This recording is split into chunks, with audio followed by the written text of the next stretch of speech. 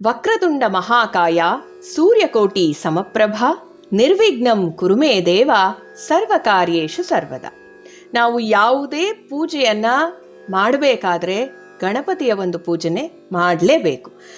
ಹಾಗೆ ವಿನಾಯಕ ಚತುರ್ಥಿ ದಿವಸ ಕೂಡ ನೀವು ಗಣಪತಿಯ ಒಂದು ಆರಾಧನೆ ಮಾಡೋಕ್ಕೆ ಮುಂಚೆ ಕೂಡ ಯಾವುದೇ ವಿಘ್ನಗಳು ಬರಬಾರ್ದಪ್ಪ ಅಂತ ಹೇಳಿ ಅದಕ್ಕೂ ಮುಂಚೆ ಗಣಪತಿಯ ಒಂದು ಆರಾಧನೆ ಮಾಡೋದೇ ವಿಶೇಷ. ಯಾವುದೇ ಶುಭ ಸಂದರ್ಭಗಳಲ್ಲಿರಬಹುದು, ಯಾವುದೇ ಒಂದು ಹೊಸ ಕೆಲಸಗಳನ್ನು ನಾವು ಪ್ರಾರಂಭ ಮಾಡಬೇಕಾದ್ರೂ ಕೂಡ ಯಾವುದೇ ವಿಘ್ನಗಳು ಬಾರದಂತೆ, ಸಮಸ್ಯೆಗಳು ಉದ್ಭವಿಸದಂತೆ ನಾವು ಗಣಪತಿಯ ಮೊರೆಯನ್ನು ಹೋಗ್ತೀವಿ. ನಮ್ಮ ಧರ್ಮಗ್ರಂಥಗಳ ಪ್ರಕಾರ ಗಣಪತಿಗೆ 32 ಅವತಾರದಲ್ಲಿ ನಾವು ನಮ್ಮ ಜೀವನ ಪರ್ಯಂತ ಯಾವುದಾದ್ರೂ ಒಂದು ಅವತಾರದಲ್ಲಿರುವಂಥ ನಿಮ್ಮ ಮನಸ್ಸಿಗೆ ಇಷ್ಟವಾದಂಥ ಗಣಪತಿಯನ್ನು ಆರಾಧನೆ ಮಾಡೋದ್ರಿಂದ ನಿಮಗೆ ಯಾವ ಒಂದು ಅನುಗ್ರಹ ಸಿಗತ್ತೆ, ಅದರ ಒಂದು ಬೆನಿಫಿಟ್ಸ್ ಏನು ಅಂತ ನಾವು ಈ ಸಂಚಿಕೆಯಲ್ಲಿ ತಿಳ್ಕೊಳ್ಳೋಣ. ಮೊದಲನೇದಾಗಿ ಬಾಲಗಣಪತಿ. ಹೆಸರೇ ಸೂಚಿಸುವಂತೆ ಗಣಪತಿ ಎಳೆ ಮಗುವಿನ ರೂಪದಲ್ಲಿ ಇರ್ತಾರಂತೆ. ಇವರು ತಮ್ಮ ಬಾಲ್ಯದಲ್ಲಿ ಇರುವಂತೆ ಸುಂದರವಾಗಿ ಮತ್ತು ಮುದ್ದಾದ ಒಂದು ರೂಪವನ್ನು ಹೊಂದಿರ್ತಾರಂತೆ. ಈ ಒಂದು ಗಣಪತಿಯನ್ನು ಆರಾಧನೆ ಮಾಡೋದ್ರಿಂದ ಸಂತಾನ, ವಂಶಾಭಿವೃದ್ಧಿ, ಮಕ್ಕಳಿಗೆ ಏನಾದರೂ ಸಮಸ್ಯೆಗಳಿದ್ರೆ ಅದನ್ನು ಕೂಡ ಪರಿಹರಿಸ್ತಾರಂತೆ ಶ್ರೀ ಬಾಲಗಣಪತಿ. ಇನ್ನು ಎರಡನೇದು ತರುಣ ಗಣಪತಿ. ಈ ತರುಣ ಗಣಪತಿ ತಾರುಣ್ಯವನ್ನು ಪ್ರತಿನಿಧಿಸುವಂಥ ರೂಪವಾಗಿದೆ.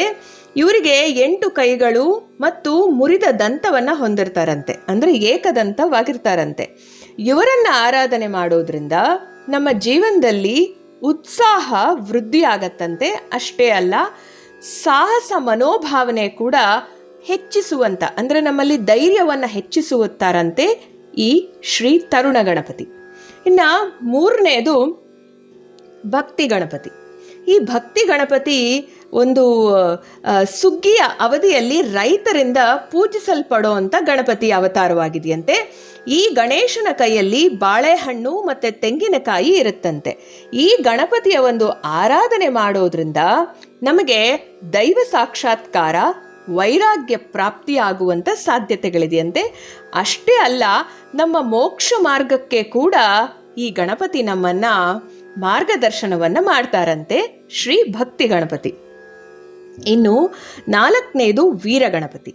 ಹೆಸರಲ್ಲೇ ಇದೆ ನೋಡಿ, ಈ ಅವತಾರದಲ್ಲಿ ಗಣಪತಿಗೆ ಆಯುಧಗಳನ್ನು ಹಿಡ್ಕೊಂಡಿದ್ದಾರಂತೆ. ಈ ಗಣಪತಿ 16 ಕೈಗಳು ಇವೆಯಂತೆ.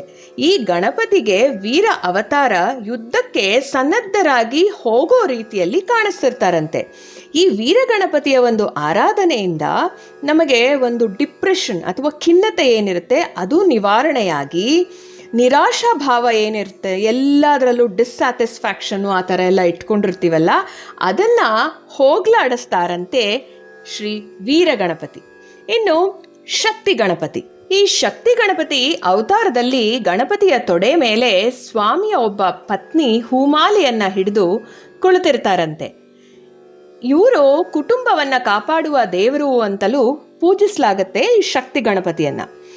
ಇವರನ್ನು ಪೂಜೆ ಮಾಡೋದ್ರಿಂದ ನಮಗೆ ಆತ್ಮಸ್ಥೈರ್ಯ ಹೆಚ್ಚಾಗಿ, ಉತ್ಸಾಹದಿಂದ ನಾವು ಯಾವುದೇ ಒಂದು ಕೆಲಸ ಕಾರ್ಯಗಳಲ್ಲಿ ಮುನ್ನಡೆಯಕ್ಕೆ ಇವರು ನಮಗೆ ಅನುಗ್ರಹಿಸ್ತಾರಂತೆ. ಇನ್ನು ಮುಂದಿನದು ದ್ವಿಜ ಗಣಪತಿ. ದ್ವಿಜ ಅಂತಂದರೆ 2 ಬಾರಿ ಜನಿಸಿದವರು ಅಂತ ಅರ್ಥ ಬರುತ್ತೆ. ಇಲ್ಲಿ ಗಣೇಶ ನಿಜವಾಗಿಯೂ 2 ಬಾರಿ ಜನಿಸಿದ್ನಾ ಅಂತ ಯೋಚನೆ ಮಾಡೋದಾದರೆ, ಮೊದಲು ಜನಿಸಿ ನಂತರ ಕೊಲ್ಲಲ್ಪಟ್ಟು ಆಮೇಲೆ ಪುನಃ ಜೀವನವನ್ನು ಪಡೆದಿರ್ತಾರೆ ಅಲ್ವಾ. ಈ ಅವತಾರಗಳಲ್ಲಿ ಗಣಪತಿಗೆ 4 ತಲೆಗಳು ಇವೆಯಂತೆ.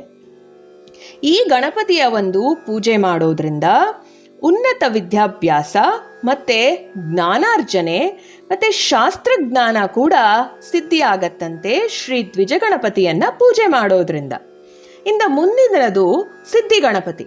ಸಿದ್ಧಿ ಗಣಪತಿ ಯಶಸ್ಸು ಮತ್ತು ಸಂಪತ್ತಿನ ಸಲುವಾಗಿ ಪೂಜೆಗೊಳಗಾಗ್ತಾರಂತೆ. ಈ ಗಣಪತಿ ಮೂರ್ತಿಯು ಹಳದಿ ಬಣ್ಣದಲ್ಲಿ ಇರುತ್ತಂತೆ. ಈ ಗಣಪತಿಯನ್ನು ಪೂಜೆ ಮಾಡೋದ್ರಿಂದ ಎಲ್ಲ ಕಾರ್ಯಗಳು ಕೂಡ ಸಿದ್ಧಿಯಾಗಿ, ಮತ್ತು ಸಾಧನೆ ಯಾರಾದರೂ ಮಾಡ್ತಾ ಇದ್ರೆ ಗಣಪತಿಯ ಬಗ್ಗೆ ಆಗಲಿ ಅಥವಾ ಯಾವುದೇ ಒಂದು ವಿಷಯದಲ್ಲಾಗಲಿ ಅದು ಕೂಡ ಸಿದ್ಧಿಸುತ್ತೆ ಅಂತ ನಂಬಲಾಗತ್ತೆ. ಇನ್ನು ಮುಂದಿನದು ಉಚ್ಚಿಷ್ಟ ಗಣಪತಿ. ಈ ಗಣಪತಿ ಸಹ ಕೈಗಳಲ್ಲಿ ಸುಂದರವಾಗಿ ಕಾಣ್ತಾರಂತೆ. ಈ ತಿಳಿ ನೀಲಿ ಬಣ್ಣದ ಈ ಗಣಪತಿ 6 ಕೈಗಳನ್ನು ಹೊಂದಿರ್ತಾರಂತೆ. ಕೈಯಲ್ಲಿ ವೀಣೆಯಂತಹ ಒಂದು ಸಂಗೀತ ವಾದ್ಯವನ್ನು ಹಿಡಿದಿರ್ತಾರಂತೆ. ಉಚ್ಚಿಷ್ಟ ಗಣಪತಿಯನ್ನ ತಂತ್ರ ಸಾಧಕರು ಕೂಡ ವಾಮಾಚಾರ ಮಾರ್ಗದಲ್ಲಿ ಪೂಜೆ ಮಾಡುವಂಥ ವೈಶಿಷ್ಟ್ಯತೆ ಈ ಉಚ್ಚಿಷ್ಟ ಗಣಪತಿಗೆ ಇದೆ. ಈ ಉಚ್ಚಿಷ್ಟ ಗಣಪತಿಯ ಒಂದು ಆರಾಧನೆಯಿಂದ ಅತೀಂದ್ರಿಯ ವಿದ್ಯೆ ಮತ್ತು ಕಾಲಜ್ಞಾನ ಕೂಡ ಸಿದ್ಧಿಯಾಗತ್ತಂತೆ ಉಚ್ಚಿಷ್ಟ ಗಣಪತಿಯ ಒಂದು ಆರಾಧನೆಯಿಂದ. ಇನ್ನು ಮುಂದಿನದು ಬಂದು ವಿಘ್ನ ಗಣಪತಿ. ಈ ಹೆಸರಲ್ಲೇ ಹೇಳೋ ಹಾಗೆ ವಿಘ್ನೇಶ್ವರ ಬಂದು ವಿಘ್ನನಾಶಕ ಅಂತಾನೆ ಕರೀತಾರೆ ಅಲ್ವೇ. ಈ ಚಿನ್ನದ ಬಣ್ಣದಲ್ಲಿರುವಂಥ ಈ ಗಣಪತಿ ವಿಗ್ರಹ ನಿಮಗೆ ಎದುರಾಗುವ ಎಲ್ಲ ಕಂಟಕಗಳನ್ನು ನಿವಾರಿಸ್ತಾರಂತೆ. ಅಷ್ಟೇ ಅಲ್ಲ, ಅಡ್ಡಿ ಅಡಚಣೆ ಆತಂಕ ನಿವಾರಣೆ ಮತ್ತು ಯಾವುದೇ ಕೆಲಸಗಳಲ್ಲಿ ನಿರ್ವಿಘ್ನತಾ ಸಿದ್ಧಿಗಾಗಿ ಶ್ರೀ ವಿಘ್ನ ಗಣಪತಿಯ ಪೂಜೆ ನಿಮಗೆ ಅನುಗ್ರಹಪ್ರದದಲ್ಲಿ ಸಿಗತ್ತೆ. ಕ್ಷಿಪ್ರ ಗಣಪತಿ ಕೆಂಪು ವರ್ಣದಲ್ಲಿರ್ತಾರಂತೆ. ಈ ಗಣಪತಿಯ ಒಂದು ಹೆಸರೇ ಸೂಚಿಸುವಂತೆ ಕಾರ್ಯಗಳನ್ನು ಕ್ಷಿಪ್ರವಾಗಿ ಸಿದ್ಧಿಗೊಳಿಸೋದಕ್ಕೆ ಇವರು ತುಂಬಾ ನೆರವೇರ್ತಾರಂತೆ.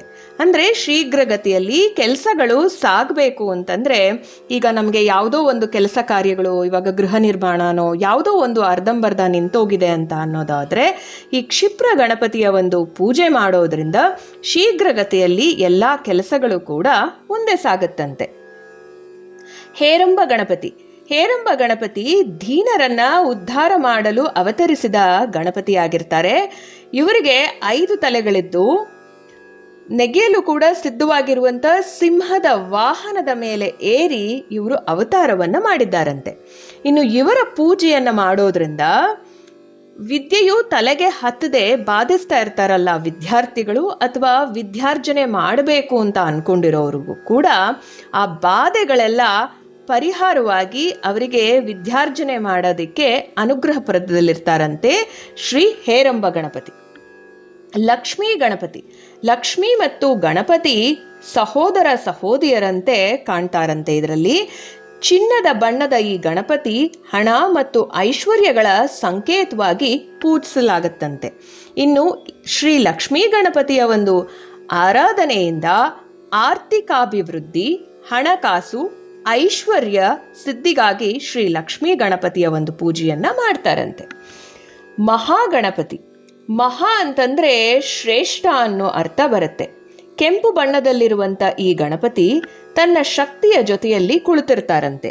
ಇನ್ನು ಈ ಮಹಾಗಣಪತಿಯ ಒಂದು ಆರಾಧನೆಯಿಂದ ಸರ್ವ ಕಾರ್ಯಗಳು ಸಿದ್ಧಿಯಾಗತ್ವಂತೆ. ವಿಜಯ ಗಣಪತಿ. ವಿಜಯ ಗಣಪತಿ ಹೆಸರೇ ಸೂಚಿಸುವಂತೆ ವಿಜಯದ ಒಂದು ಸಂಕೇತವಾಗಿರ್ತಾರೆ. ಇವರಿಗೆ 4 ಕೈಗಳು ಇದ್ದು ಮೂಷಿಕ ವಾಹನನಾಗಿ ಕಾಣಿಸ್ಕೊಳ್ತಾರಂತೆ. ಈ ಗಣಪತಿಯನ್ನ ಅಂತಂದರೆ ಶ್ರೀ ವಿಜಯ ಗಣಪತಿಯನ್ನ ಪೂಜೆ ಮಾಡೋದ್ರಿಂದ ನಮಗೆ ಕೆಲಸ ಕಾರ್ಯಗಳಲ್ಲಿ ಜಯಪ್ರಾಪ್ತಿಯಾಗತ್ತಂತೆ. ಅಧಿಕಾರ ಲಾಭ, ಸುಸೂತ್ರವಾಗಿ ಕಾರ್ಯಗಳು ನಿರ್ವಹಣೆ ಆಗತ್ತಂತೆ. ಅದಕ್ಕೆ ಶ್ರೀ ವಿಜಯ ಗಣಪತಿಯ ಆರಾಧನೆಯಿಂದ ಅನುಗ್ರಹವಾಗತ್ತಂತೆ. ನಂತರ ನೃತ್ಯ ಗಣಪತಿ ಅಥವಾ ನಾಟ್ಯ ಗಣಪತಿ ಅಂತ ಹೇಳ್ತೀವಿ. ಈ ಗಣಪತಿ ತನ್ನ ಅಗಾಧ ದೇಹದ ಹೊರತಾಗಿಯೂ ಕೂಡ, ಅಂತಂದರೆ ಅಗಾಧವಾದಂಥ ದೇಹದ ಭಾರ ಇದ್ದರೂ ಕೂಡ ನೃತ್ಯವನ್ನು ಮಾಡುವಂಥ ಭಂಗಿಯಲ್ಲಿ ಕಾಣಿಸ್ಕೊಳ್ತಾರಂತೆ. ನೃತ್ಯ ಗಣಪತಿ ನೃತ್ಯ ಮಾಡ್ತಾ ಇರೋ ಥರ ಇರ್ತಾರಂತೆ. ಅವರ ಅಂದಕ್ಕೆ ಬೆರಗಾಗೋದಂತೂ ಖಂಡಿತ ಯಾರೇ ಅವರ ವಿಗ್ರಹವನ್ನು ನೋಡಿದ್ರೆ. ಇವರ ಒಂದು ಆರಾಧನೆ ಮಾಡೋದ್ರಿಂದ ಸಂಗೀತ, ಸಾಹಿತ್ಯ, ನೃತ್ಯ ಮತ್ತು ನಟನೆ ಮಾಡೋರಿಗೆ, ಅಂದರೆ ಆರ್ಟಿಸ್ಟ್ಗಳಿಗೆಲ್ಲರಿಗೂ ಕಲಾಸಿದ್ಧಿಗಾಗಿ ಕೂಡ ಶ್ರೀ ನೃತ್ಯ ಗಣಪತಿಯ ಒಂದು ಆರಾಧನೆಯನ್ನು ಮಾಡ್ತಾರಂತೆ. ಇನ್ನು ಊರ್ಧ್ವ ಗಣಪತಿ. ಊರ್ಧ್ವ ಗಣಪತಿ ಅಂತಂದರೆ ಉದ್ದವಾಗಿರುವಂಥ ಗಣಪತಿ ಅಂತ ಅರ್ಥ ಬರುತ್ತೆ.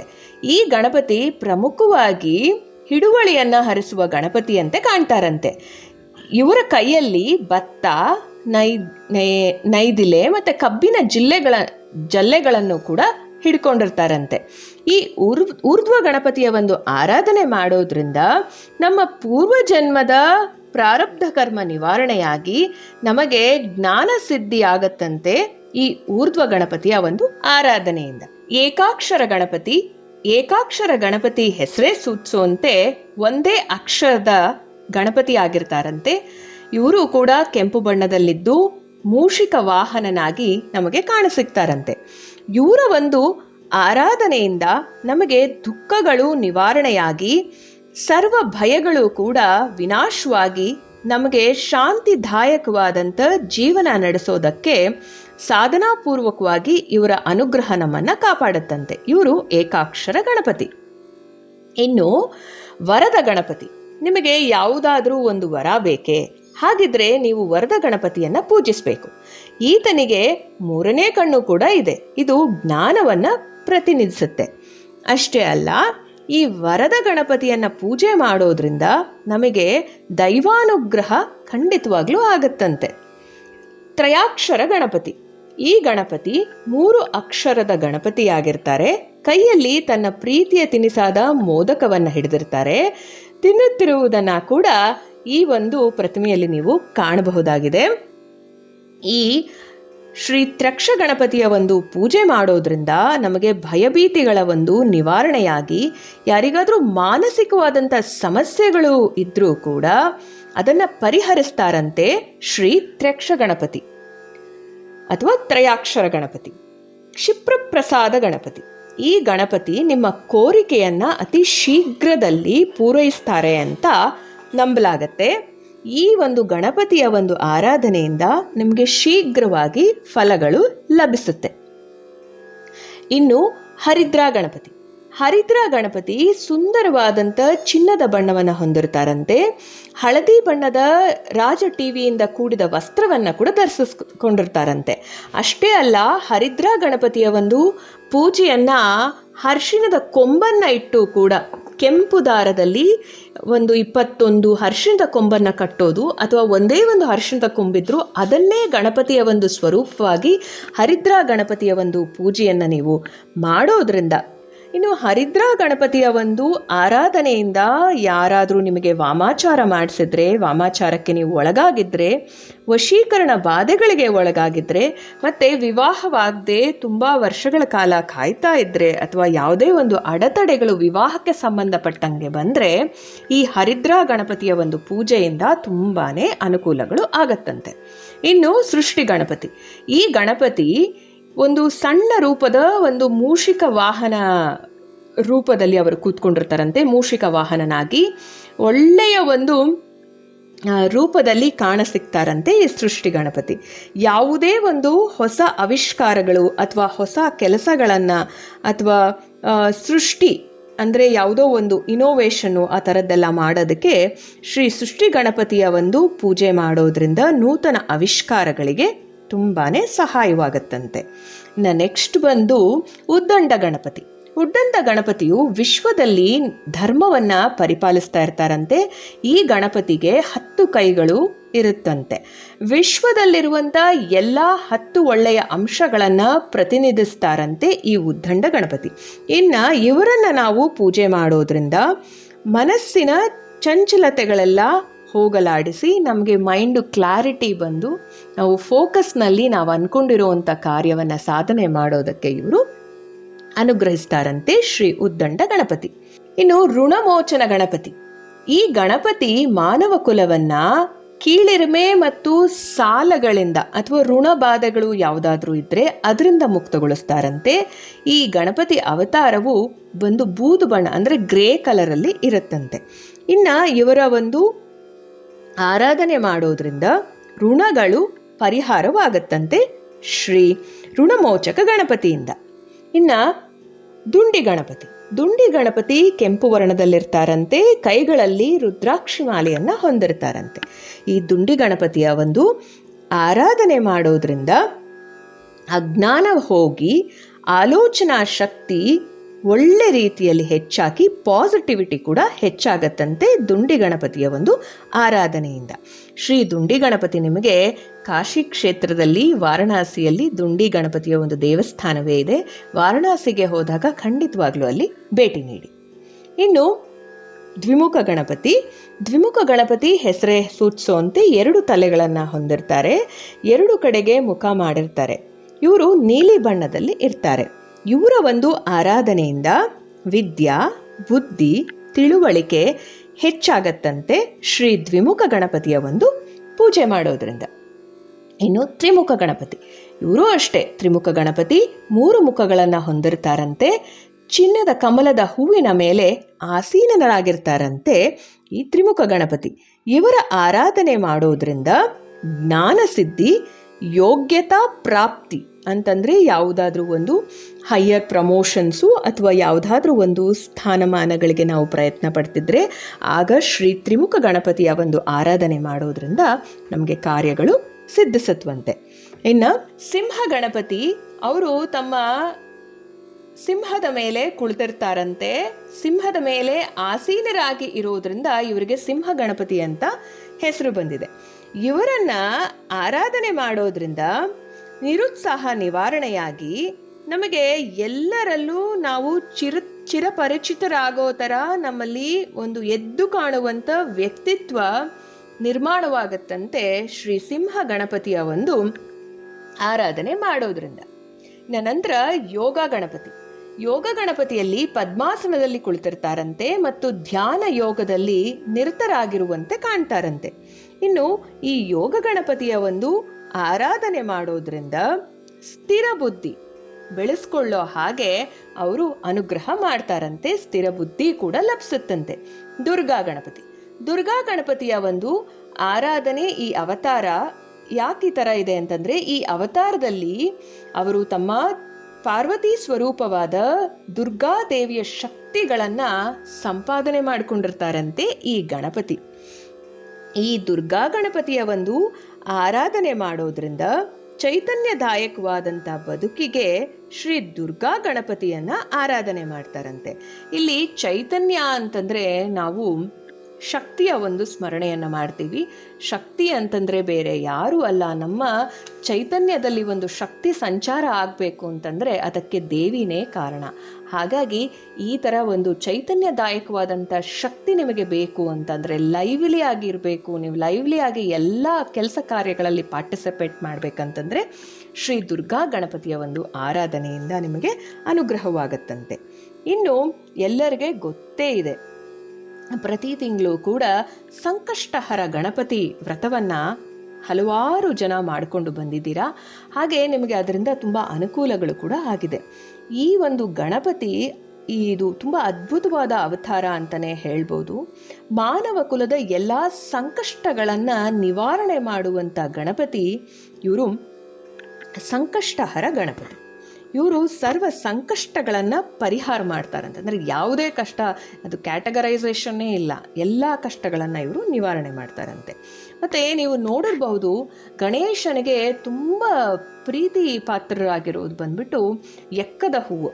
ಆ ಎಕ್ಕದ ಮರದ ರೂಟ್ಸ್ ಏನಿರುತ್ತೆ, ಒಂದು 4 ವರ್ಷ ಆದ ನಂತರ, ಅಂತಂದರೆ ಬಿಳಿ ಎಕ್ಕ, ಶ್ವೇತಾರ್ಕ ಅಂತ ಹೇಳ್ತೀವಿ, ಆ ಒಂದು ಎಕ್ಕದ ಬುಡದಲ್ಲಿ ರೂಟ್ಸ್ ಬಂದ್ಬಿಟ್ಟು ಗಣೇಶನ್ ಥರನೇ ಒಂದು ಫಾರ್ಮ್ ಆಗುತ್ತಂತೆ, ಸೊಂಡ್ಲು ಇರೋ ಥರ. ಆಯಿತಾ? ಅದನ್ನು ನೀವು ಆರಾಧನೆ, ಅಂದರೆ ಯಾರಾದರೂ ಹೇಳಿ ಅದು ಸಿಕ್ಕಿ ನಿಮಗೆ ಯಾರಾದರೂ ಮಾರ್ತಾ ಇದ್ದರೆ ಅಥವಾ ನಿಮ್ಮಲ್ಲೇ ಏನಾದರೂ ಗಿಡ ಇದ್ದು ಕಾರಣಾಂತರಗಳಿಂದ ಆ ಗಿಡವನ್ನು ತೆಗಿಬೇಕು, ಕನ್ಸ್ಟ್ರಕ್ಷನ್ ಪರ್ಪಸ್ಸು ಯಾವುದಾದ್ರೂ ಅನಿವಾರ್ಯ ಕಾರ್ಯಗಳಿಂದ ಅದನ್ನು ತೆಗಿಬೇಕು ಅಂತ ಆದಾಗ ನಿಮ್ಗೆ ಆ ರೂಟ್ಸ್ನ ಚೆಕ್ ಮಾಡಿದ್ರೆ ಖಂಡಿತವಾಗ್ಲೂ ಶ್ವೇತಾರ್ಕ ಗಣಪತಿ ನಿಮಗೆ ಕಾಣಿಸುತ್ತಾರೆ. ಅವರ ಒಂದು ಆರಾಧನೆ ಮಾಡೋದು ವಿಶೇಷತೆ ಏನಪ್ಪ ಅಂತಂದರೆ ಸರ್ವ ದುಃಖಗಳ ಒಂದು ನಿವಾರಣೆ ಆ ಶ್ವೇತಾರ್ಕ ಗಣಪತಿ ಮಾಡ್ತಾರಂತೆ. ಇದು ಗಣಪತಿಯ 32 ಅವತಾರಗಳ ಒಂದು ವಿಶೇಷತೆ. ಹೀಗೆ ಗಣೇಶನ ಬಗ್ಗೆ ಪುರಾಣ ಇತಿಹಾಸಗಳ ಒಂದು ಅಧ್ಯಯನದಿಂದ ಈ 32 ಬಗೆಯಲ್ಲಿ ಕಾಣಿಸ್ಕೊಂಡಿರುವಂಥ ಗಣೇಶ ನಿಮಗೆ ತುಂಬಾ ಅನುಗ್ರಹಿಸಲಿ. ಯಾವುದಾದ್ರೂ ಈ ಗಣೇಶ ಚತುರ್ಥಿಯ ಶುಭ ಸಂದರ್ಭದಲ್ಲಿ ಯಾವುದಾದ್ರೂ ಒಂದು ಗಣೇಶ ನಿಮಗೆ ಅನುಗ್ರಹ ರೂಪದಲ್ಲಿ ಸಿಕ್ಕು ನಿಮಗೆ ಶಾಂತಿ, ಸಮಾಧಾನ, ನಿಮ್ಮ ಕಾರ್ಯಗಳಿಗೆ ಜಯವನ್ನು ಅವರು ಉಂಟು ಮಾಡಲಿ ಅಂತ ನಾನು ಹಾರೈಸ್ತೀನಿ. ಅಷ್ಟೇ ಅಲ್ಲ, ನಮಗೆ ಎಷ್ಟೊಂದು ಮನೋವಿಕಾರಗಳಿರುತ್ತೆ, ಅದನ್ನು ಪರಿಹಾರ ಮಾಡಲಿಕ್ಕೂ ಕೂಡ ಗಣೇಶನ ಅನೇಕ ಒಂದು ಸ್ವರೂಪಗಳು ಇದೆ. ನಮಗೆ ಏನಂದರೆ, ನಾವು ಮನುಷ್ಯರಾದ್ರಿಂದ ನಮಗೆ ಅರಿಷಡ್ ವರ್ಗಗಳಿಂದ ನಮಗೆ ಆಚೆ ಬರೋದು ಅಷ್ಟೇನು ಸುಲಭೋಪಾಯ ಅಂತೂ ಖಂಡಿತವಾಗ್ಲೂ ಅಲ್ಲ. ಹಾಗಾಗಿ ಅದನ್ನು ನಾವು ಪ್ರಯತ್ನಪೂರ್ವಕವಾಗಿ ಈ ಒಂದು ಗಣಪತಿಯ ಈ ಒಂದು ಅವತಾರವನ್ನು ಪೂಜೆ ಮಾಡೋದ್ರಿಂದ ನಿಮಗೆ ಖಂಡಿತವಾಗ್ಲೂ ಈ ಅರಿಷಡ್ ವರ್ಗಗಳಲ್ಲಿ ಯಾವುದಾದ್ರೂ ಒಂದು ತುಂಬಾ ಬಾಧಿಸ್ತಾ ಇದ್ದರೆ ಅದರಿಂದ ನೀವು ಆಚೆ ಬರ್ಬೋದು. ಅದು ಯಾವುದು ಅಂತ ನೋಡೋಣ. ಅತಿಯಾದ ಆಸೆಗಳನ್ನು ನಿಯಂತ್ರಿಸ್ಕೊಳ್ಬೇಕು ಅಂತಂದರೆ ನೀವು ವಿಕಟ ಗಣಪತಿಯ ಒಂದು ಪೂಜೆಯನ್ನು ಮಾಡಬೇಕಾಗತ್ತೆ. ಅತಿಯಾದ ಕೋಪವನ್ನು ನಿಯಂತ್ರಿಸ್ಕೊಳ್ಳಿಕ್ಕೆ ಲಂಬೋದರ ಗಣಪತಿ, ಅತಿಯಾದ ಲೋಭವನ್ನು ನಿಯಂತ್ರಿಸ್ಕೊಳ್ಳಿಕ್ಕೆ ಶ್ರೀ ಗಜಾನನ ಗಣಪತಿ, ಅತಿಯಾದ ಮೋಹ ಕೂಡ ಕೆಟ್ಟದ್ದಲ್ವಾ, ಈ ಒಂದು ಅತಿಯಾದ ಮೋಹವನ್ನು ನಿಯಂತ್ರಿಸ್ಕೊಳ್ಳಿಕ್ಕೆ ಶ್ರೀ ಮಹೋದರ ಗಣಪತಿ, ಅತಿಯಾದ ಮದ ಇರುತ್ತೆ ಅಲ್ವಾ, ಆ 32 ಗಣಪತಿಯ ಒಂದು ಫಾರ್ಮಲ್ಲಿ ಈ ಏಕದಂತ ಗಣಪತಿ ಕೂಡ ಇದ್ದಾರೆ. ಈ ಏಕದಂತ ಅಂತಂದರೆ ಒಂದೇ ಒಂದು ದಂತವನ್ನು ಹೊಂದಿದ್ದಾರೆ ಅಂತ. ಇವರು ಅತಿಯಾದ ಮದ ಯಾರಿಗಾದರೂ ಇದ್ದರೆ, ನಾನು ನಂದು ಅನ್ನೋ ಮದದಿಂದ ಓಡಾಡ್ತಿರ್ತಾರಲ್ಲ, ಅದರಿಂದ ಅವ್ರಿಗೆ ತುಂಬಾ ಕೆಟ್ಟದಾಗ್ತಾ ಇರುತ್ತೆ, ಆತ್ಮಚ್ಯುತಿ ಮಾಡ್ಕೊಳ್ತಿರ್ತಾರೆ ಅವರು. ಹಾಗಾಗಿ ಅದನ್ನು ನಿವಾರಣೆ ಮಾಡ್ಕೊಳ್ಳೋದಕ್ಕೆ ಶ್ರೀ ಏಕದಂತ ಗಣಪತಿಯ ಒಂದು ಆರಾಧನೆ ಖಂಡಿತವಾಗ್ಲೂ ಹೆಲ್ಪ್ ಆಗತ್ತೆ. ಅತಿಯಾದ ಮಾತ್ಸರ್ಯ ಅಂತಂದರೆ ತುಂಬಾ ಜಲಸಿ ಇಟ್ಕೊಂಡಿರ್ತಾರಲ್ಲ, ಅದನ್ನು ಕಂಟ್ರೋಲ್ ಮಾಡ್ಕೊಳ್ಳಿ. ಅಂದರೆ ಸಹಜ ಸಿದ್ಧವಾಗಿ ಬರುವಂಥದ್ದು ಕೆಟ್ಟದ್ದೆಲ್ಲ ತುಂಬ ಬೇಗ ಬಂದುಬಿಡುತ್ತೆ. ಸೊ ಹಾಗಾಗಿ ಅತಿಯಾದ ಮಾತ್ಸರ್ಯವನ್ನು ನಿಯಂತ್ರಿಸ್ಕೊಳ್ಬೇಕಂತಂದರೆ ಶ್ರೀ ವಕ್ರತುಂಡ ಗಣಪತಿಯ ಒಂದು ಆರಾಧನೆಯನ್ನು ಮಾಡಬೇಕಾಗತ್ತೆ. ಅತಿಯಾದ ಮಮಕಾರ ಅದು ಕೂಡ ಕೆಟ್ಟದಲ್ವಾ. ತಾಯಿಯಾದವಳು ಮಕ್ಕಳ ಮೇಲೆ ಮಮಕಾರ ಇಟ್ಕೊಳ್ಬಹುದು, ಅಥವಾ ಟೀಚರ್ಸು ಶಿಷ್ಯಂದ್ರ ಮೇಲೆ ಇಟ್ಕೊಳ್ಬಹುದು, ಅಥವಾ ಶಿಷ್ಯಂದರು ಗುರುಗಳ ಮೇಲೆ ಅತಿಯಾದ ಒಂದು ಮಮಕಾರವನ್ನು ಇಟ್ಕೊಳ್ಬಾರ್ದು.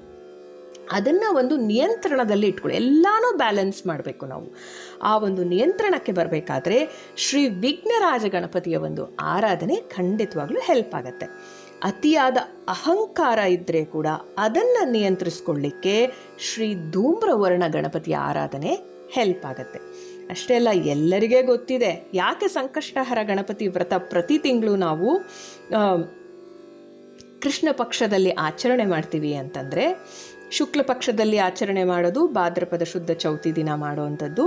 ಕೃಷ್ಣ ಪಕ್ಷದಲ್ಲಿ ಪ್ರತಿ ತಿಂಗಳು ನಾವು ಶ್ರೀ ಸಂಕಷ್ಟಹರ ಗಣಪತಿ ವ್ರತವನ್ನು ಮಾಡ್ತೀವಿ. ಆ ವ್ರತವನ್ನು ಮಾಡೋದ್ರಿಂದ ಶ್ರೀ ಗಣಪತಿಯ ಒಂದು ದಿಗ್ಬಂಧನೆ ಆಗಿ ವ್ಯಾಪಾರ ವ್ಯವಹಾರ ವೃದ್ಧಿಗೆ ಕೂಡ ಶ್ರೀ ಗಣಪತಿಯ ಒಂದು ಅನುಗ್ರಹ ನಿಮಗೆ ಸಿಗುತ್ತಂತೆ. ಅಷ್ಟೇ ಅಲ್ಲ, ಶತ್ರು ಭಯ ಕೂಡ ಆಗತ್ತೆ, ಖಿನ್ನತೆ ನಿವಾರಣೆ, ಸರ್ವ ಕಾರ್ಯಗಳು ಸರ್ವ ದುಃಖ ಕಷ್ಟಗಳು ಕೂಡ ಈ ಒಂದು ಸಂಕಷ್ಟಹರ ಗಣಪತಿಯ ಒಂದು ಪೂಜೆಯಿಂದ ಆಗತ್ತೆ. ನೀವು ಎಷ್ಟೊಂದು ಕಡೆ ನೋಡಿರ್ಬೋದು, ಸಂಕಷ್ಟಹರ ಗಣಪತಿ, ಶಕ್ತಿ ಗಣಪತಿ, ಲಂಬೋದರ ಗಣಪತಿ, ಪಂಚಮುಖ ಗಣಪತಿ, ದ್ವಿಮುಖ ಗಣಪತಿ, ತ್ರಿಮುಖ ಗಣಪತಿ ಅಂತ ನೀವು ಸಪ್ರೇಟಾಗಿ ಆ ದೇವಸ್ಥಾನಗಳನ್ನು ನೀವು ನೋಡಿರಬಹುದು. ಹಾಗಾಗಿ ನಿಮಗೆ ಮನಸ್ಸಿಗೆ ಯಾವುದು ಇಷ್ಟ ಬರುತ್ತೆ, ಆ ಯಾವ ರೂಪದ ಅವತಾರದ ಒಂದು ಗಣಪತಿ ನಿಮ್ಮನ್ನು ಅರಸಿ ಬರ್ತಾರೆ, ನೀವು ಅವರನ್ನು ಅರಸಿ ಹೋಗ್ತೀರಾ, ಅದನ್ನು ನೋಡಿಕೊಂಡು ಸಾಧನೆ ಮಾಡಿಕೊಂಡು ನಿಮಗೆಲ್ಲ ಒಳ್ಳೆಯದಾಗಲಿ ಅಂತ ಹಾರೈಸ್ತೀನಿ. ವರಸಿದ್ಧಿ ವಿನಾಯಕ ವ್ರತಕಥಾರ್ಥವು. ಪೂರ್ವಕಾಲದಲ್ಲಿ ಚಂದ್ರವಂಶದ ದೊರೆಗಳಲ್ಲಿ ಪ್ರಸಿದ್ಧನಾದ ಧರ್ಮರಾಯನು ರಾಜ್ಯಭಾರವನ್ನು ಮಾಡುತ್ತಿದ್ದನು. ಆತನಿಗೆ ಗ್ರಹಚಾರ ಕಾಲವು ಪ್ರಾಪ್ತವಾಗಿ ರಾಜಾದಿ ಸಕಲೈಶ್ವರ್ಯಗಳನ್ನು ಜ್ಞಾತಿಯಾದ ದುರ್ಯೋಧನನು ಅಪಹರಿಸಲು ಧರ್ಮರಾಯನು ತಮ್ಮಂದಿರೊಡನೆಯೂ ಪತ್ನಿಯೊಡನೆಯೂ ಅನೇಕ ವೃಕ್ಷಗಳಿಂದಲೂ ವ್ಯಾಘ್ರ ಬಲ್ಲೂಕಾದಿ ದುಷ್ಟ ಮೃಗಗಳಿಂದಲೂ ತುಂಬಿದ ಮಹಾರಣ್ಯಕ್ಕೆ ಹೋದನು. ಅಲ್ಲಿ ಬ್ರಹ್ಮವೇತ್ತರರಾದ ಮಹಾಋಷಿಗಳು ಅಲ್ಲಲ್ಲಿ ಕುಳಿತು ತಪಸ್ಸನ್ನು ಮಾಡುತ್ತಿದ್ದರು. ತಮ್ಮ ತಪಪ್ರಭಾವದಿಂದ ಅವರು ಸ್ವಯಂ ಪ್ರಕಾಶರಂತೆ ಹೊಳೆಯುತ್ತಿದ್ದರು. ಇವರಿಗೆ ಗಾಳಿ ನೀರು ತರೆಗೆಲೆಗಳೇ ಆಹಾರ. ಸದಾಕಾಲದಲ್ಲಿಯೂ ಅಗ್ನಿಹೋತ್ರಗಳನ್ನೇ ಆಚರಿಸತಕ್ಕವರು, ಅತಿಥಿಗಳನ್ನು ವಿಶೇಷವಾಗಿ ಸತ್ಕರಿಸುವ ಸ್ವಭಾವವುಳ್ಳವರು, ನಿರಾಧಾರದಿಂದ ಭೂಮಿಯಿಂದ ಮೇಲೆ ಕುಳಿತು ಕೈಗಳನ್ನು ಜೋಡಿಸಿಕೊಂಡು ತಪಸ್ಸನ್ನು ಮಾಡತಕ್ಕವರು. ಇಂತಹ ಮಹಾಋಷಿಗಳನ್ನು ನೋಡಿದ ಕೂಡಲೇ ಆನಂದ ಪರವಶರಾದ ಧರ್ಮರಾಯನು ಅವರ ಬಳಿಗೈದು ತಮ್ಮಂದಿರೊಡನೆಯೂ ಪತ್ನಿಯೊಡನೆಯೂ ಅವರಿಗೆ ಸಾಷ್ಟಾಂಗ ದಂಡ ಪ್ರಣಾಮವನ್ನು ಮಾಡಿ ಅಂಜಲೀಬದ್ಧನಾಗಿರಲು ಋಷಿಗಳು ಈತನನ್ನು ನೋಡಿ ಆದರಿಸಿ ಕುಳಿತುಕೊಳ್ಳುವಂತೆ ಹೇಳಿದ ಆ ಮಾತನ್ನು ಕೇಳಿ ಧರ್ಮರಾಜನು ಕುಳಿತುಕೊಂಡನು. ಧರ್ಮರಾಜನು ಮುನಿವರ್ಯರಾದ ಸೂತರನ್ನು ಕುರಿತು ಹೀಗೆಂದು ಪ್ರಾರ್ಥಿಸಿದನು. ಸಕಲ ಶಾಸ್ತ್ರಗಳಲ್ಲಿಯೂ ಪರಿಶ್ರಮವನ್ನು ಪಡೆದಿರುವ ಓ ಸೂತ ಮಹಾಮುನಿಯೇ, ನಮ್ಮ ಜ್ಞಾತಿಗಳಾದ ಕೌರವರು ನಮ್ಮೊಡನೆ ಮಾಯಾದ್ಯೂತ್ಯವನ್ನು ಕಲ್ಪಿಸಿ ನಮ್ಮ ರಾಜ್ಯಾದಿ ಸಕಲ ಐಶ್ವರ್ಯಗಳನ್ನು ಅಪಹರಿಸಿದರು. ಇಷ್ಟೇ ಅಲ್ಲದೆ ಅನುಜರೊಡನೆಯೂ ಭಾರ್ಯರೊಡನೆಯೂ ನನ್ನನ್ನು ಅನೇಕ ವಿಧಗಳಿಂದ ಅವಮಾನವನ್ನುಗೊಳಿಸಿ ಸಹಿಸಲಾರದ ತೊಂದರೆಗಳನ್ನೆಲ್ಲ ಉಂಟುಮಾಡಿ ಈ ಅರಣ್ಯಕ್ಕೆ ಕಳುಹಿಸಿದರು. ಈ ರೀತಿಯಾದ ಅವಸ್ಥೆಗಳನ್ನೆಲ್ಲ ಪಟ್ಟಿದ್ದರೂ ನನಗೆ ತಮ್ಮ ದರ್ಶನ ಮಾತ್ರದಿಂದಲೇ ದುಃಖಗಳೆಲ್ಲವೂ ನಾಶವಾದುವು. ದಯಾನಿಧಿಯಾದ ಓ ಮಹಾತ್ಮನೇ, ನಮ್ಮ ದುರಿತಗಳೆಲ್ಲವೂ ನಾಶವಾಗುವಂತೆಯೂ ನಮ್ಮ ರಾಜ್ಯವು ಪುನಃ ನಮಗೆ ಲಭಿಸುವಂತೆಯೂ ಒಂದು ವ್ರತವನ್ನು ಅನುಗ್ರಹಿಸಬೇಕೆಂದು ಧರ್ಮರಾಯನು ಸೂತ ಮಹಾಋಷಿಯನ್ನು ಕೇಳಿಕೊಳ್ಳಲಾಗಿ ಸೂತರು ಈ ರೀತಿ ಹೇಳಲು ಆರಂಭಿಸಿದರು. ಎಲೈ ಪಾಂಡವರೇ, ನೀವೆಲ್ಲರೂ ಕೇಳಿ. ವ್ರತಗಳಲ್ಲೆಲ್ಲ ಮಹಾಶ್ರೇಷ್ಠವಾದ ವ್ರತವೊಂದಿರುವುದು. ಆ ವ್ರತವು ಮನುಷ್ಯನಿಗೆ ಐಶ್ವರ್ಯವನ್ನು ಸೌಖ್ಯವನ್ನು ವೃದ್ಧಿಪಡಿಸತಕ್ಕದ್ದು, ಸಕಲ ವಿಧವಾದ ಪಾಪಗಳನ್ನು ಪರಿಹಾರ ಮಾಡತಕ್ಕದ್ದು, ಪುತ್ರ ಪೌತ್ರಾದಿ ಅಭಿವೃದ್ಧಿ ಮಾಡತಕ್ಕದ್ದು. ಓ ಪಾಂಡುನಂದನರೇ, ಆದಿಯಲ್ಲಿ ಈ ವ್ರತವನ್ನು ಪರಮೇಶ್ವರನು ಕುಮಾರಸ್ವಾಮಿಗೆ ತಿಳಿಸಿದನು. ಆ ಕುಮಾರಸ್ವಾಮಿಗೆ ಪರಮೇಶ್ವರನ ವ್ರತವಿಧಾನವನ್ನು ಯಾವ ರೀತಿ ತಿಳಿಸನೆಂಬುದನ್ನು ಈಗ ನಿಮಗೆ ತಿಳಿಸುತ್ತೇನೆ ಕೇಳಿ. ಸಕಲ ಋಷಿಗಣಕ್ಕೂ ನೆಲೆಯಾದ ಅತ್ಯಂತ ರಮ್ಯವಾದ ಕೈಲಾಸ ಶಿಖರದಲ್ಲಿ ನವರತ್ನಗಳಿಂದ ಕೆತ್ತಲ್ಪಟ್ಟ ಕಲ್ಪ ವೃಕ್ಷದ ಕೆಳಗೆ ಬಂಗಾರದ ಸಿಂಹಾಸನದ ಮೇಲೆ ಪ್ರಪಂಚವನ್ನೆಲ್ಲ ಪರಿಪಾಲಿಸತಕ್ಕ ಈಶ್ವರನು ಕುಳಿತಿರಲಾಗಿ ಕುಮಾರಸ್ವಾಮಿಯು ಪ್ರಪಂಚಕ್ಕೆ ಉಪಕಾರವನ್ನು ಮಾಡಬೇಕೆಂಬ ಸಂಕಲ್ಪಯುತನಾಗಿ ತಂದೆಯನ್ನು ಕುರಿತು, ಓ ಮಹಾನುಭಾವುವೆ, ಪ್ರಪಂಚಕ್ಕೆಲ್ಲ ಅತ್ಯಂತ ಉಪಯುಕ್ತ ಮತ್ತು ಧನ ಧಾನ್ಯ ಐಶ್ವರ್ಯಗಳನ್ನು ಪುತ್ರ ಪೌತ್ರ ಸಂಪದವನ್ನು ಕೊಡತಕ್ಕ ಒಂದು ವ್ರತವನ್ನು ದಯವಿಟ್ಟು ತಿಳಿಸಬೇಕೆಂದು ಪ್ರಾರ್ಥಿಸಿಕೊಳ್ಳಲು ಈಶ್ವರನು ಸಂತುಷ್ಟನಾಗಿ ಇಂತೆಂದನು. ಎಲೈ ಮಗನೇ, ಸಕಲ ಸಂಪತ್ತುಗಳನ್ನು ದೀರ್ಘಾಯುಷ್ಯವನ್ನು ಇಷ್ಟಾರ್ಥಗಳನ್ನು ಕೊಡತಕ್ಕ ವಿನಾಯಕ ಪೂಜೆ ಎಂಬ ಒಂದು ವ್ರತವುಂಟು. ಆ ವ್ರತವನ್ನು ಭಾದ್ರಪದ ಶುಕ್ಲ ಚತುರ್ಥಿಯ ದಿನ ಆಚರಿಸಬೇಕು.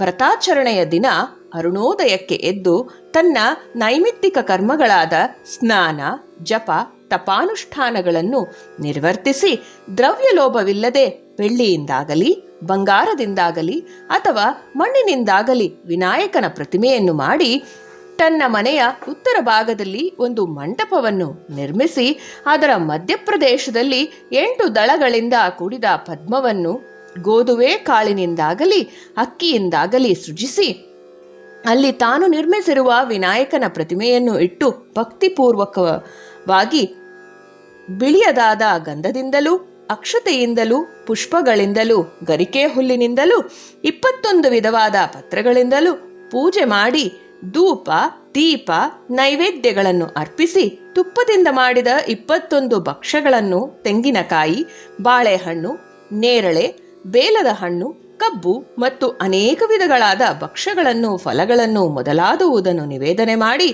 ವಿನಾಯಕನೆದುರಿಗೆ ನಾಟ್ಯವನ್ನು ಸಲ್ಲಿಸಿ ಹಾಡುಗಳನ್ನು ಹಾಡಿ ಪುರಾಣ ಪಠನೆ ಮೊದಲಾದುವುಗಳಿಂದ ಆತನನ್ನು ಸಂತೃಪ್ತಿಗೊಳಿಸಿ ವೇದಾಧ್ಯಯನ ಸಂಪನ್ನರಾದ ಬ್ರಾಹ್ಮಣರಿಗೆ ಬಾಗಿನವನ್ನು ಕೊಟ್ಟು ನಂತರ ತಾನು ಇಷ್ಟ ಬಂಧು ಮಿತ್ರರೊಡನೆ ಊಟವನ್ನು ಮಾಡಬೇಕು. ಈ ಪ್ರಕಾರ ಭಕ್ತಿಪೂರ್ವಕವಾಗಿ ವಿನಾಯಕನ ವ್ರತವನ್ನು ಮಾಡತಕ್ಕವರಿಗೆ ಸಕಲ ಇಷ್ಟಾರ್ಥಗಳು ಸಿದ್ಧಿಸುವವು. ಮಾರನೆಯ ದಿನ ಸೂರ್ಯೋದಯಕ್ಕೆ ಎದ್ದು ಸ್ನಾನ ಸಂಧ್ಯಾನುಷ್ಠಾನಗಳನ್ನು ಮಾಡಿ ವಿನಾಯಕನಿಗೆ ಪುನಃ ಪೂಜೆಯನ್ನು ಮಾಡಬೇಕು. ಅದೇ ದಿನವೇ ಒಬ್ಬ ಬ್ರಹ್ಮಚಾರಿಯನ್ನು ಕರೆದು ವಿನಾಯಕನ ಪ್ರೀತಿಗಾಗಿ ಮುಂಜಿ ದರ್ಭದ ಹುರಿಯನ್ನು ಕೃಷ್ಣಾಜಿನವನ್ನು ದಂಡವನ್ನು ಯಜ್ಞೋಪವೀತವನ್ನು ಕಮಂಡಲವನ್ನು ತನ್ನ ಶಕ್ತ್ಯಾನುಸಾರ ವಸ್ತ್ರವನ್ನು ಕೊಡಬೇಕು. ನಂತರ ತನ್ನ ಪುರೋಹಿತನಿಗೆ ಶಕ್ತಿಗೆ ಲೋಪವಿಲ್ಲದೆ ಉಪ್ಪಾಯನವನ್ನು ಈಯಬೇಕು. ಅಲ್ಲದೆ ದಕ್ಷಿಣೆ ತಾಂಬೂಲವನ್ನು ಕೊಡಬೇಕು.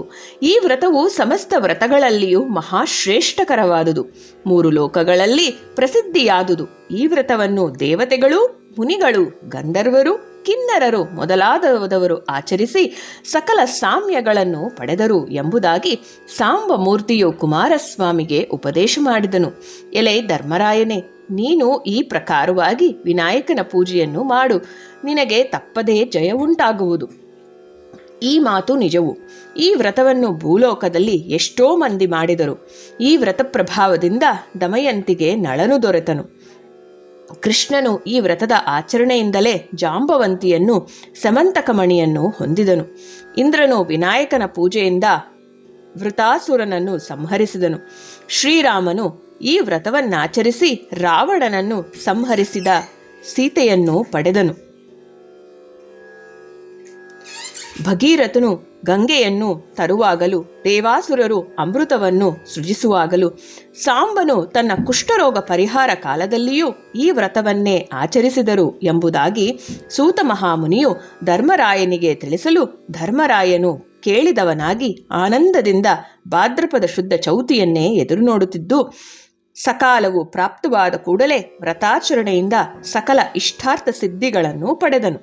ಪ್ರಪಂಚದಲ್ಲಿ ಅಮೋಘವಾದ ಈ ವ್ರತವನ್ನು ಬ್ರಾಹ್ಮಣ, ಕ್ಷತ್ರಿಯ, ವೈಶ್ಯ, ಶೂದ್ರರೆಂಬ 4 ವರ್ಣದವರು ಕೂಡ ಮಾಡಬಹುದು.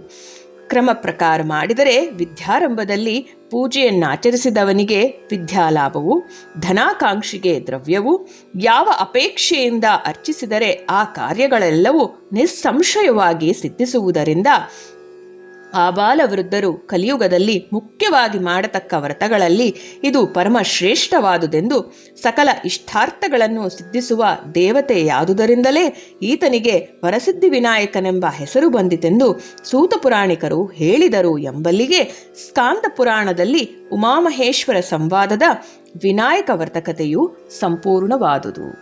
ಈ ಸಂಚಿಕೆ ನಿಮಗೆ ಇಷ್ಟ ಆಗಿದೆ. ಈ ಒಂದು ಗಣೇಶ ಹಬ್ಬದ ಶುಭ ಸಂದರ್ಭದಲ್ಲಿ ನನಗೆ ಈ 32 ಅವತಾರಗಳ ಬಗ್ಗೆ ನನಗೆ ಹೇಳಿರೋದು ತುಂಬಾ ಸಂತೋಷ ಇದೆ. ಮತ್ತು ನಿಮ್ಮ ಹಾರೈಕೆ, ಆಶೀರ್ವಾದಗಳು ಸದಾ ಶ್ರೀ ನಿರ್ಣಯ ಮೇಲಿರಲಿ. ನಿಮ್ಮ ಆರೋಗ್ಯ, ನೆಮ್ಮದಿ ನಿಮಗೆ ಪ್ರಾಮುಖ್ಯತೆಯಾಗಿರಲಿ ಅಂತ ಹೇಳ್ತಾ, ಸರ್ವೇ ಜನ ಸುಖಿನೋ ಭವಂತು. ನಮಸ್ತೆ.